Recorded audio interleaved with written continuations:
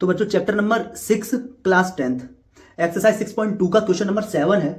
तो question number 7 बच्चों क्या कह रहा है, सबसे पहले हम पढ़ लेते हैं इस क्वेश्चन को। तो हमसे क्वेश्चन कह रहा है कि प्रमेय 6.1 जो है 6.1 जो प्रमेय है जिसका नाम है आधारभूत समानुपातिकता प्रमेय, उसका प्रयोग करते हुए सिद्ध करो कि एक त्रिभुज की एक भुजा के मध्य बिंदु से होकर दूसरी भुजा के समांतर खींची गई रेखा तीसरी भुजा को समद्विभाजित करती है। समद्विभाजित करने का मतलब यह है कि उस भुजा को भी बराबर बराबर दो हिस्सों में बांटती है। और इस क्वेश्चन को हम क्लास 9th में सिद्ध कर चुके हैं, लेकिन वहां पर यह बहुत बड़ा हुआ था। ठीक है, इसमें कई स्टेप लगे थे, बहुत बड़ा क्वेश्चन हो गया था, लेंदी था। लेकिन यहां थेल्स प्रमेय का इस्तेमाल करके, आधारभूत समानुपातिकता प्रमेय का इस्तेमाल करके हम इस क्वेश्चन को कुछ ही स्टेप में सॉल्व कर सकते हैं। तो बच्चों देखते हैं हम इस क्वेश्चन के बारे में कि किस तरह किया जाएगा। जैसा कि क्वेश्चन में हमें बताया गया है कि त्रिभुज की किसी एक भुजा के मध्य बिंदु से त्रिभुज की दूसरी मतलब एक और भुजा, दूसरी कोई भी भुजा के समानांतर एक भुजा खींची जाए। तो हमने ये लिया कि अब हम इसके तो मध्य बिंदु से और इसके समानांतर हम भुजा खींचेंगे। ये तो ये भुजा जब खींची जाती है तो फिर ये तीसरी भुजा को दो बराबर हिस्सों में बांटती है। ये हमें सिद्ध करना है कि तीसरी भुजा को बराबर हिस्सों में बांटती है। दिया क्या है? दिया ये है कि इस वाली भुजा को तो बराबर बराबर बांटा हुआ है, ये तो दिया है। और इस भुजा जब और इसके समानांतर खींचनी है, और जब वो इसके समानांतर खींचनी है तो इस भुजा को जहां प्रतिच्छेद करते हुए निकलेगी तो इसको भी दो बराबर भागों में बांटते हुए निकलेगी।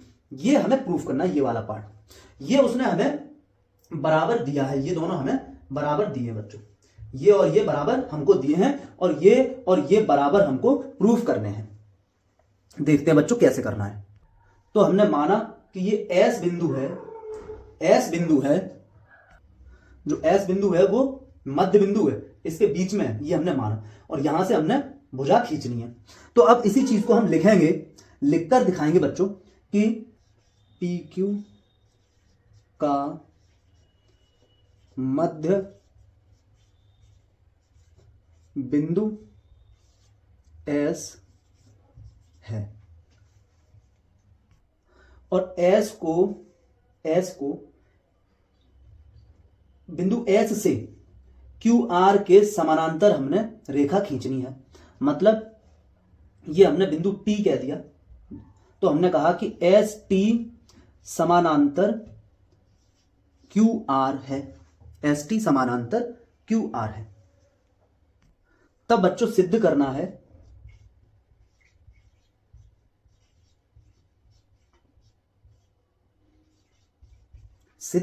बच्चों कि जो पीटी है वो बराबर है टी आर के। ऐसा बच्चों हमको सिद्ध करना है। तो बच्चों हम क्या करते हैं कि पी एस और एस क्यू दोनों बराबर हैं, तो हम इसको एक्स लेट कर लेते हैं दोनों को। पी एस और एस क्यू बराबर है तो हमने इसको दोनों को क्या लेट कर लिया, तो हमने ये लेट कर लिया है, मान लिया है। पी एस बराबर एस क्यू बराबर हमने एक्स मान लिया। अब थेल्स प्रमेय से जब ये दोनों समानांतर रेखाएं हैं तो हम कहेंगे कि ये इसका अनुपात, इसका और इस भुजा का अनुपात, इस भुजा का और इस भुजा का जो अनुपात होगा वो इस भुजा और इस भुजा के अनुपात के बराबर होगा। ये हम कह सकते हैं थेल्स प्रमेय से। तो बच्चों हम लिखेंगे P S upon S Q बराबर P T upon T R. अब बच्चों पी एस और एस क्यू की जगह हम लिख सकते हैं X upon X equals to P T upon T R. अब बच्चों एक्स से एक्स कैंसिल वन टाइम, ठीक है ना। तो ये बच्चों आ जाएगा हमारे सामने कितना, 1 equals to P T upon T R. और इसको हम इधर भेज देंगे, इधर मल्टीप्लाई करा देंगे तो T R equals to P T हो जाएगा बच्चों। और यही हमको सिद्ध करना था कि ये दोनों इस भुजा को ये वाली जो रेखा है ये बराबर बराबर मतलब मिड पॉइंट है, तो फिर इधर और इधर बराबर हो जाएगा। अगर ये बीच से निकल के जा रही है तो इधर और इधर बराबर हो जाएगा। तो बराबर बराबर दो हिस्सों में बांटती है, ये हमें प्रूफ करना था और वो हमने प्रूफ कर दिया बच्चों। ठीक है।